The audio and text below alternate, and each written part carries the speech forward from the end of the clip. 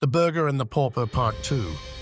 As for the Emperor, after the sentence had been carried out on the Burgher's son, and he was now free of him, for the Emperor thought that they had indeed truly executed the judgment on the young man, and he is no longer on the earth, now then he can already make a match with his daughter, that is, for his own daughter.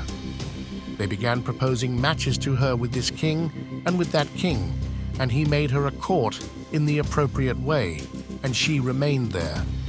And she took young ladies, daughters of nobility, to be her companions, and she lived there, and she would play on musical instruments in their usual fashion.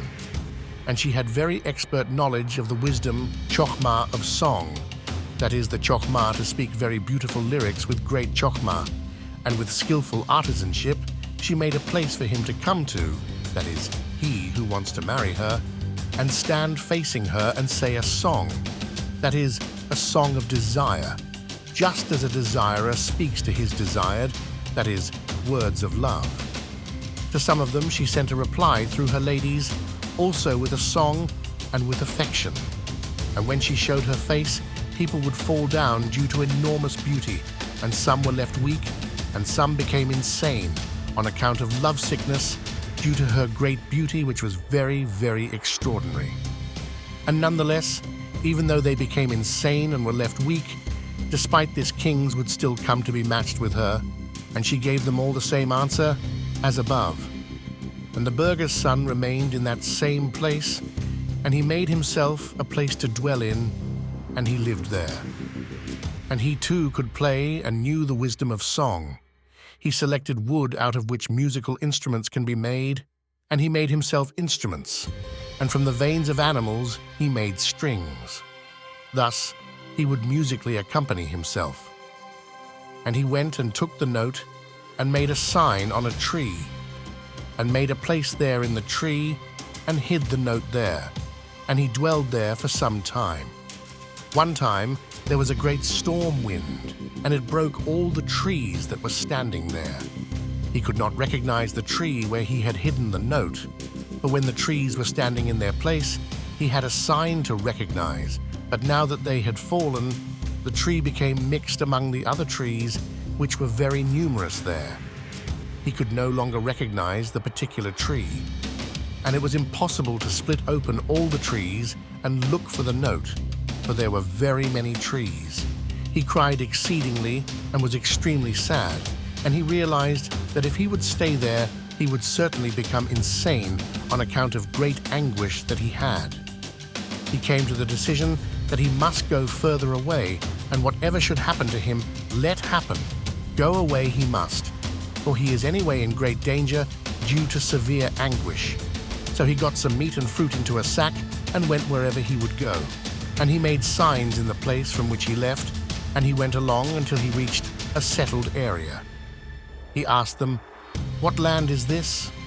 They answered him. He asked if they had heard about the emperor here. They answered him, "Yes." He asked if they had heard about his daughter, the beauty. They answered him, "Yes, but no one can be matched with her, as mentioned, for she wants none of them, as mentioned." He came to a decision, since he can't get there anyway. And he went to the king of the country and spoke his heart out entirely, and that he is her groom, and because of him she wants no other match. And he cannot get there, therefore he gives over to the king all the signs that he has, that is, the 7 waters mentioned above. The king recognized that his words are true, for one cannot think up such things out of one's heart. The thing pleased the king. However, he decided, if he brings her here and the young man will be here, this is not good for him. Should he kill him? He did not want to do such a thing, for why should one, after all, kill him for the favor? Therefore the king decided he would exile him 200 miles away. And to the third one he gave even more signs, very good signs. The first king got up and traveled there and arrived there at the location of the emperor's daughter, that is, the beauty. And the king composed a song and embedded in the song with wisdom all the places, that is, the 7 aforementioned witnesses. There was a grand celebration and a commotion, inasmuch as the beauty has at last found her match, and they were already preparing for the wedding. Meanwhile, the other one arrived, that is, the other king, to whom the young man had also divulged all the signs, plus one more sign, as mentioned. She asked him, "From where does the first one know?" If he were to tell the truth, it would not be good for him. So he said he doesn't know from where the first one knew the signs. But notwithstanding, it fell to her that this other second one is her groom, for she saw that he told in sequence and, in addition, one more sign. And the first one, maybe it came out to him through the science of song that he mentioned the places. And the young man, that is, the Burgher's son, when the second king exiled him, was again very upset, and he went to a third king and told him the whole entire story as above, and he told him even more signs, very good signs. And the third king also exiled the young man 200 miles further yet, and the third one also ran there, and he got there. He was told that the other two, that is, the two kings, are there already. And the third one came and said his song with very excellent signs, better than the first ones, and he showed the note where he himself had redrawn the places, with all the places drawn. She became very panicked, in other words, scared and disturbed. However, she did not at all know a thing to do, since regarding the first one, she also thought that this is he, and then regarding the second. Then the young man decided, that is, the Burgher's son, how will he always be sent further away? So he made up his mind he himself would set out for there, that is, to the emperor's daughter. Perhaps he will have effect. And he went and went until he got there. And he said he has something that will definitely have effect. And he approached and said his song. And he said even more signs, very good signs, and he reminded her that he had learned with her in one schoolroom, and other signs too.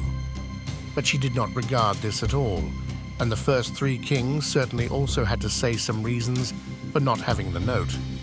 And to recognize him is certainly impossible, for a long time had already passed.